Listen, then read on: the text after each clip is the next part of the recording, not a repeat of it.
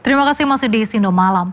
Pemirsa, pasca bentrokan aparat dan massa, Gubernur Aceh Muzakir Manaf mengajak masyarakat Aceh menjaga kerukunan perdamaian. Sementara itu aparat TNI memastikan pasca terjadinya kerusuhan, kondisi di Aceh sudah aman dan terkendali.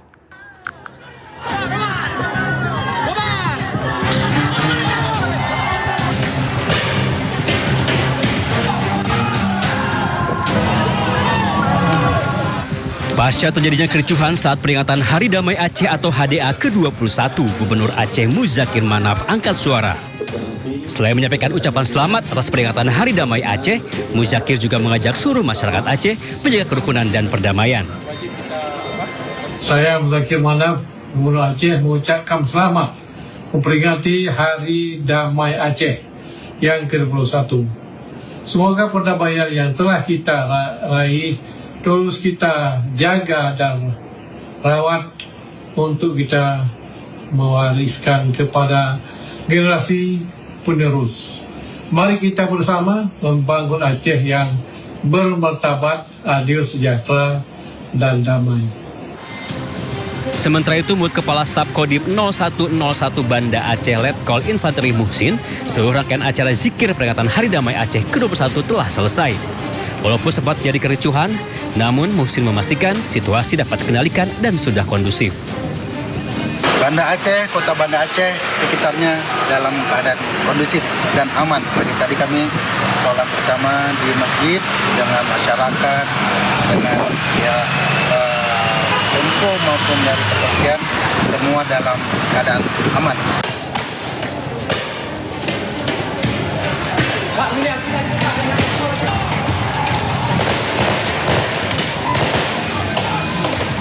Sabtu siang, peringatan Hari Damai Aceh ke-21 digelar di halaman Masjid Baitur Rahman.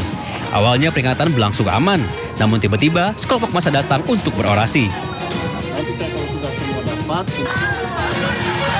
Tanpa diduga, mereka menurunkan bendera merah putih, lalu mengibarkan bendera bulan bintang.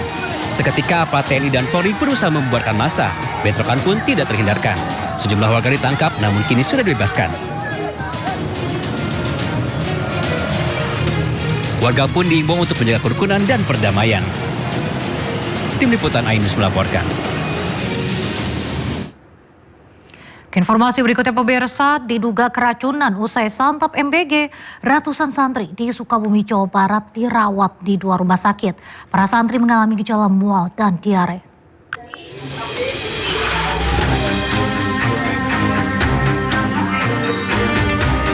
...134 santri Pondok Pesantren Baiti Janati, Kelurahan Cigundul, Kota Sukabumi, Jawa Barat, dirawat di sejumlah rumah sakit. Sebanyak 80 santri dirawat di RSUD Al-Muk, sementara 57 santri dirawat di RSUD R. Samsudin SH. Para santri ini mengalami mual, muntah, dan diare. Diduga keracunan usai menyantap menu MBG. Kebanyakan mengeluhnya mual, kemudian ada muntah, sakit perut, gitu ya. Ada juga yang mengeluh sesak gitu, dan juga diare.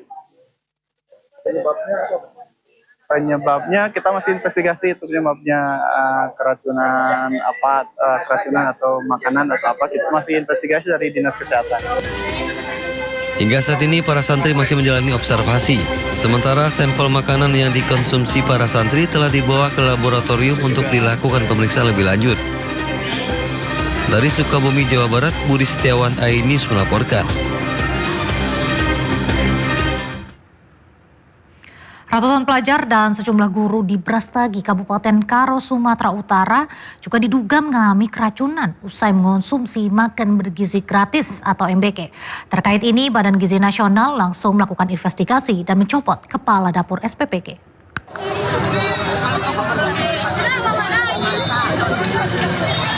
Hingga kini tercatat 325 pelajar dari 3 sekolah mengalami gejala diduga keracunan usai menyantap makan bergizi gratis. Pelajar mengalami mual, muntah, dan lemas sehingga harus mendapatkan perawatan di sejumlah rumah sakit.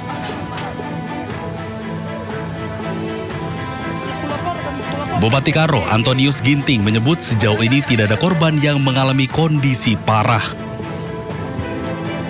Namun jumlah korban masih berpotensi bertambah karena sejumlah pelajar baru mengalami gejala setelah tiba di rumah. Jadi dari 255 anak sekolah yang kemungkinan, ini baru kemungkinan gejala keracunan, ini semuanya tidak ada yang mengkhawatirkan. Semuanya udah kami lihat satu persatu. Jadi ini berita baik. Kalaupun ada sesuatu kejadian, berita baiknya adalah semua anak-anak kita dalam keadaan baik-baik dan tidak ada masalah yang serius. Semuanya sudah tertangani dengan baik. Menanggapi kasus ini, Kepala Badan Gizi Nasional Sudaryono langsung berkoordinasi dengan Bupati Karo Antonius Ginting untuk memastikan penanganan para korban berjalan maksimal dan menyampaikan permintaan maaf. Selamat malam Pak Bupati. Siap. Saya minta maaf Pak Bupati, ini ada yang ramai keracunan ya di tempat Bapak ya?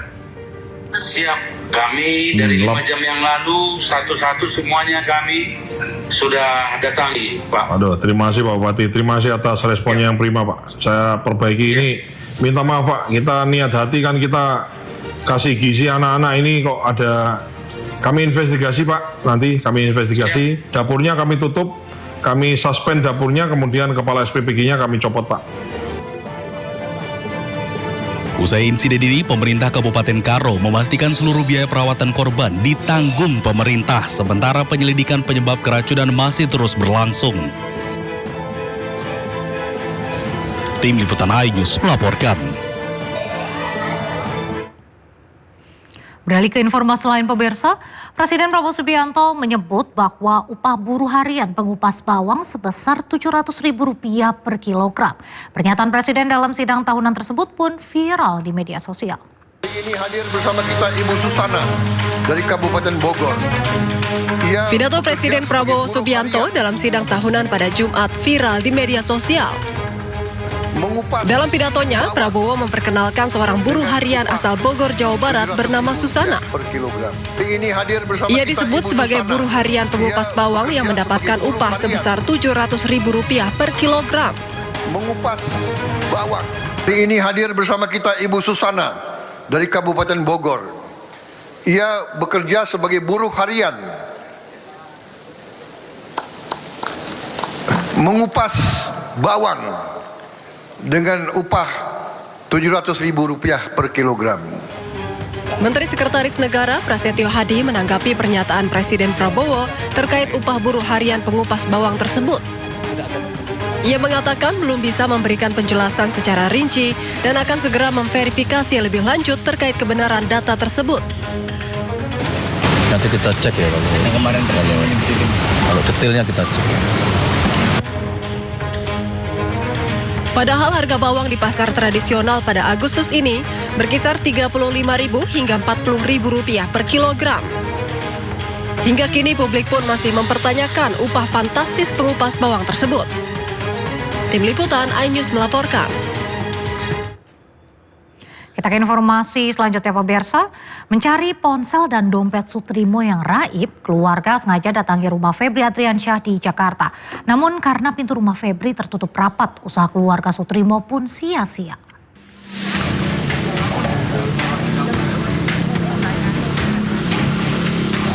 Bersama pengacaranya, keluarga almarhum Sutrimo sengaja mendatangi rumah Febri Adriansyah di Jakarta Selatan. Kedatangan mereka guna mencari barang-barang pribadi milik almarhum Sutrimo yang belum dikembalikan kepada keluarga. Selain ponsel dan dompet, barang milik almarhum Sutrimo yang hendak diambil adalah pakaian, surat-surat penting hingga KTP. Namun lantaran pemilik rumah tidak membukakan pintu, usaha keluarga pun sia-sia. Sebelumnya, pengacara Sutrimo sempat mempertanyakan keberadaan ponsel dan dompet milik Sutrimo. Barang-barang tersebut dinilai penting untuk mencari keterangan terkait kematian Sutrimo. Karena memang kejanggalan-kejanggalan yang dulunya cuma kenapa sih mereka yang ngantar jenazah nggak mau nunggu dulu, nggak ngasih identitas, lalu datangnya kenapa mepet banget, perjalanannya itu kan baru pertanyaan-pertanyaan kenapa HP-nya sampai sekarang tidak pernah diantar. Akhirnya terjawab dengan tadi ada fakta yang disembunyikan oleh pengantar jenazah, yaitu satu, ada dokumen surat yang tidak pernah sampai kepada keluarga. Sebelumnya, Sutrimo, orang dekat ex-Jampitsus Febri Adriansyah, tewas dengan mulut berbusa. Kematian yang berdekatan dengan kasus Febri Ardiansah timbulkan kecurigaan. Polisi akhirnya membongkar makam Sutrimo untuk lakukan ekshumasi. Kasus ini pun telah naik ke penyidikan dengan dugaan pembunuhan atau pembunuhan berencana. Tim Liputan iNews melaporkan. Satu hari lagi pemirsa, langit Jakarta akan semarak oleh atraksi puluhan pesawat canggih TNI Angkatan Udara memperingati HUT ke-81 RI. Nantinya akan ada sejumlah manuver baru yang akan siap meramaikan Hari Ulang Tahun Indonesia.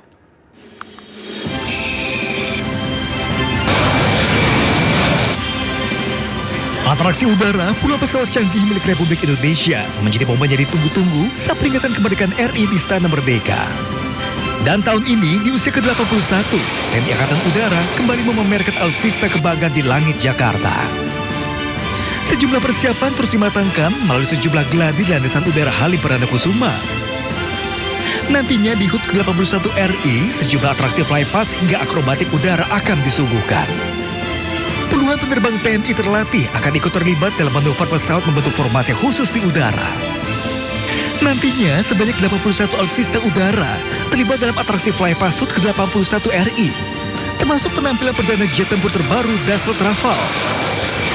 Ada beberapa manuver yang berbeda, diikuti juga dengan kesiapan pesawat yang dimiliki oleh TNI AU, di mana kita sudah diperkuat dari A400 maupun Rafale, sehingga manuver maupun formasi yang dilaksanakan cukup berbeda dari tahun lalu, dan ada penambahan beberapa manuver-manuver yang cukup signifikan, terutama untuk kegiatan di Hajiton maupun formasi dengan pesawat baru yaitu A400 maupun Rafale. Kemudian tantangan sendiri untuk cuaca memang cukup menjadi concern kita, baik itu visibility, karena ketika cuaca tidak baik, visibility menurun, maka akan cukup sulit kita akan melaksanakan kegiatan flypass.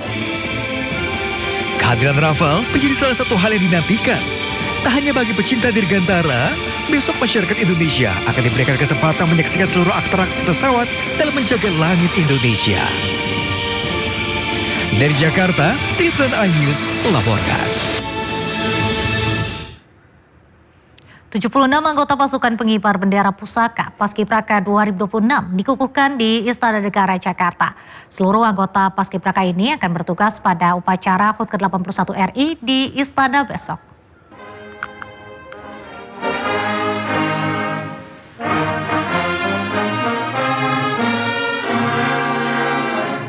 Pengukuhan 76 anggota Paskibraka diawali dengan pelantunan lagu Indonesia Raya dan menghenikan cipta.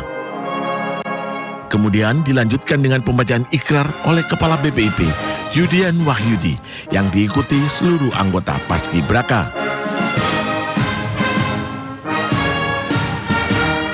Yulita Rista Lestari, anggota Paskibraka dari Kalimantan Timur, menjadi perwakilan dalam pengukuhan ini. Julita memegang bendera merah putih ditaruh di dada kanan selama membacakan ikrar. Adik-adik calon pasukan pengibar bendera pusaka tingkat pusat. Aku mengaku. Bertumpah darah satu. Bertumpah darah satu. Tanah air Indonesia. Tanah air Indonesia. Hadir dalam pengukuhan Mensesnek Prasetyo Hadi, Menko Polkam Jamari Kaniagu, Mendiktek Saintek Brian Yuliarto, dan Seskap Teddy Indra Wijaya. Hadir juga Panglima TNI Jenderal Agus Subianto, Kapolri Jenderal Listio Sigit Prabowo, Wakil Panglima TNI Jenderal Tandi Budi Revita, serta jajaran pimpinan BPIP. Sebagai tanda pengukuhan Paskibraka, Gibran secara simbolis menyematkan rencana merah putih Garuda dan pemasangan kendit kepada pemimpin upacara. Pengukuhan selesai dan diakhiri dengan ucapan selamat dari seluruh pihak yang hadir kepada 76 anggota Paskibraka.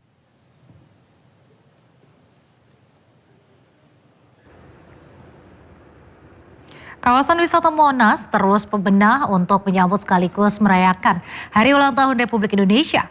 Kawasan Monas menjadi salah satu titik utama perayaan HUT RI dengan menyajikan beragam pesta dan hiburan bagi masyarakat. Persiapan kawasan wisata Monas sebagai salah satu titik utama Pesta Rakyat HUT ke-81 RI, sejumlah persiapan pun terus dikebut. Mulai dari panggung hiburan, booth-booth UMKM, dan rangkaian dekorasi juga terus dipercantik untuk merayakan Hari Ulang Tahun Republik Indonesia. Beragam kegiatan akan diselenggarakan di kawasan Monas, mulai dari perlombaan khas 17-an, permainan anak, panggung hiburan, hingga pertunjukan drone dan pesta kembang api. Seluruhnya disiapkan untuk menghibur masyarakat yang hadir. Selain itu, ratusan UMKM juga turut berpartisipasi dalam perayaan HUT RI besok.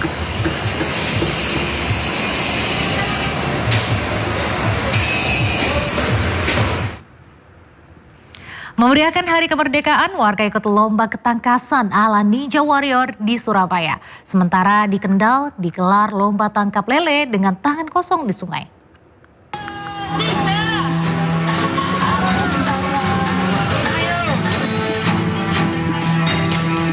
Bergelantungan di tali flying fox hingga berjalan di atas tongkat bambu di sungai, warga Surabaya antusias ikut lomba Agustusan yang berbeda dari biasanya. Peserta juga harus lewati ban bekas yang mengapung, gelantungan di pelepah pisang, hingga kayu sepeda di jembatan papan. Dalam lomba acara Ninja Warrior yang terkenal ini, peserta dituntut kecepatan dan keseimbangan tubuh mereka. Jika gagal, mereka harus basah kuyup karena tercebur ke sungai. Yang lebih menarik, peserta harus memakai kostum unik untuk lewati 5 rintangan berhadiah Rp300.000. Ini kostum hantu kali, bukan hantu rimba. Persiapannya berapa lama? Oh, persiapannya 3 hari. 3 hari buat ini ya? Iya, 3 hari. Dari bahan apa aja nih? Ini dari bahan pertama apa ini? Kayu. Dan banyak dari holo sama suplek. Terus ini tali rafia.